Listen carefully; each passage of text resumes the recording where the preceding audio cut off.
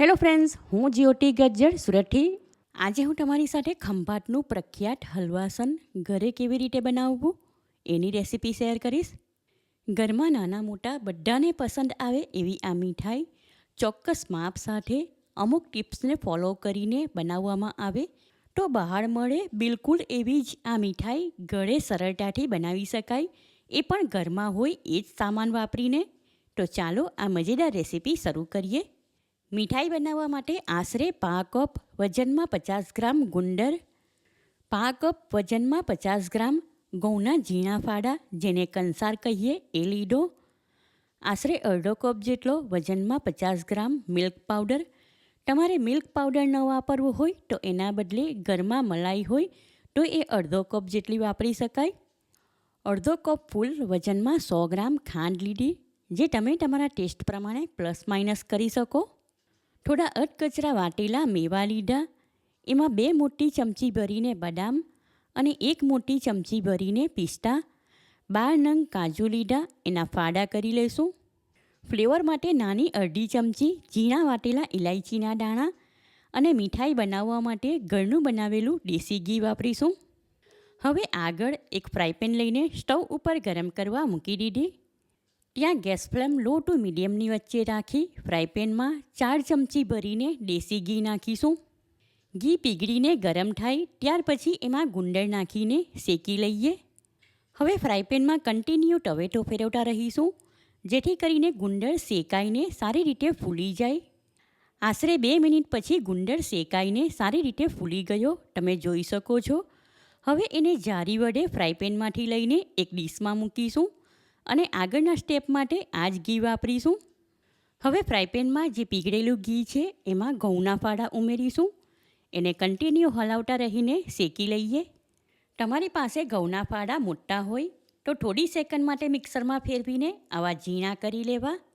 આશરે 2 મિનિટ પછી ઘઉંના ફાડા શેકાઈ ગયા એટલે એમાંથી ઘી છૂટું પડી ગયું અને એમાં હલકો ગોલ્ડન કલર આવી ગયો તમે જોઈ શકો છો. હવે આ ટાઈમ પર એમાં 2 કપ ભરીને દૂધ ઉમેરીશું. મેઝરમેન્ટ કપ 250 મિલીનો છે એટલે આમાં ટોટલ 500 મિલી દૂધ ઉમેર્યું. હવે ઘઉંના ફાડા સારી રીતે ફૂલી જાય ત્યાં સુધી ગેસ ફ્લેમ મીડિયમ તરફ રાખીને દૂધ ઉકાળી લઈએ. આશરે 2 થી 3 મિનિટ માટે દૂધ ઉકાળી લીધું એટલે અડધા ભાગનું બળી ગયું. એમાં ઘઉંના ફાડા પણ સારી રીતે ફૂલી ગયા તમે જોઈ શકો છો. હવે એમાં ફ્રાય કરેલો ગુંદર ઉમેરીને મિક્સ કરીશું. હવે જેમ જેમ ગુંદર ઓગળશે તેમ તેમ ફ્રાયપેનમાંનું દૂધ ફાટી જશે. પરફેક્ટ હલવાસન બનાવવા માટે આ સ્ટેપ ખૂબ જ જરૂરી છે. હવે બધો જ ગુંદર ઓગળી ગયો અને દૂધ પણ ફાટી ગયું એટલે એની કણી થઈ ગઈ તમે જોઈ શકો છો. હવે આ ટાઈમ પર એમાં મિલ્ક પાવડર ઉમેરીને સારી રીતે મિક્સ કરીશું. તમારે મિલ્ક પાવડરના બદલે ઘરમાં દૂધ પરથી ઉતારેલી તાજી મલાઈ અથવા માવો લેવો હોય તો 100 ગ્રામ જેટલો લઈ શકાય. હવે જરૂર પ્રમાણે gas flame law to medium અને મીડિયમ ટુ લો કરતા રહીશું, જેથી કરીને ફ્રાયપેનના તળિયામાંથી આ મિશ્રણ દાજી ન જાય. હવે આમાં વાટેલા ઇલાયચીના દાણા ઉમેરીને ગેસ ફ્લેમ લો તરફ કરીશું, કારણ કે બીજી તરફ બીજી ફ્રાયપેન સ્ટવ ઉપર ચડાવીને આમાં નાખવા માટે ખાંડનું કેરેમલ બનાવીશું, કારણ કે આ મીઠાઈમાં બ્રાઉન કલર એનાથી જ આવે.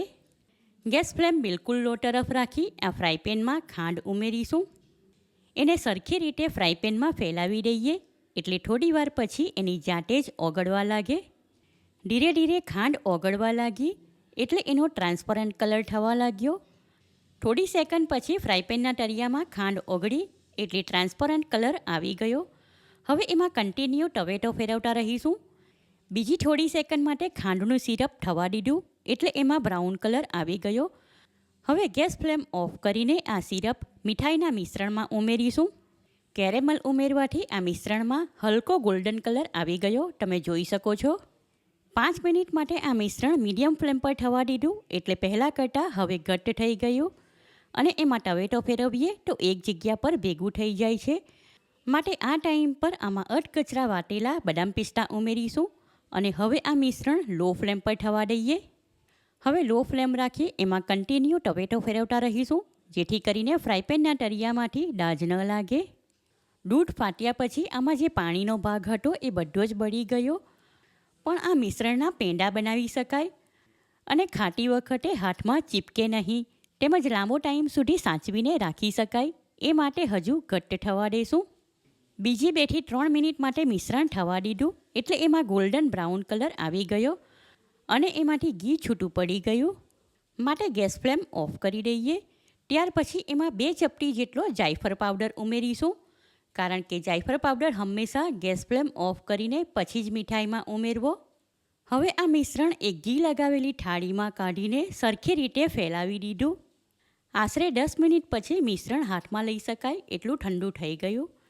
માટે મેઝરમેન્ટ સ્પૂન વડે એના એકસરખા ભાગ કરીને મીઠાઈના પેંડા બનાવીશું. દરેક ભાગને ગોળ કૂકીઝ જેવો આકાર આપીને વચ્ચે કાજુના ફાડા લગાવીશું, એટલે આ મીઠાઈ દેખાવમાં બહાર જેવી જ લાગે. સુપર ડિલિશિયસ ખંભાતનું પ્રખ્યાત હલવાસન તૈયાર છે. જોઈને તરત જ ખાવાનું મન થઈ જાય એવી આ મીઠાઈનો ટેસ્ટમાં કોઈ જ જવાબ નથી. ઘરમાં હોય એ જ સામાન વાપરીને ઓછા ખર્ચમાં ઘણી બધી મીઠાઈ બની, એ પણ બહાર કરતાં બિલકુલ ચોખ્ખી અને હાઇજીનિક. પહેલાં ક્યારેય તમે ખંભાતની આ પ્રખ્યાત મીઠાઈ ન ખાધી હોય તો આ રેસીપી ચોક્કસ ટ્રાય કરો. તમને મારી આ રેસીપી કેવી લાગી એ કમેન્ટ કરીને જણાવો. પસંદ આવી હોય તો વિડીયોને લાઈક અને શેર કરો. ચેનલ પર નવા હો તો સબસ્ક્રાઈબ કરીને બાજુમાં આપેલા બેલ આઇકન પર ક્લિક કરો, એટલે આવનાર દરેક નવી રેસીપીનું નોટિફિકેશન તમને મળતું રહે. ફરી મળીશું એક નવી રેસીપી સાથે. Eat healthy and stay healthy.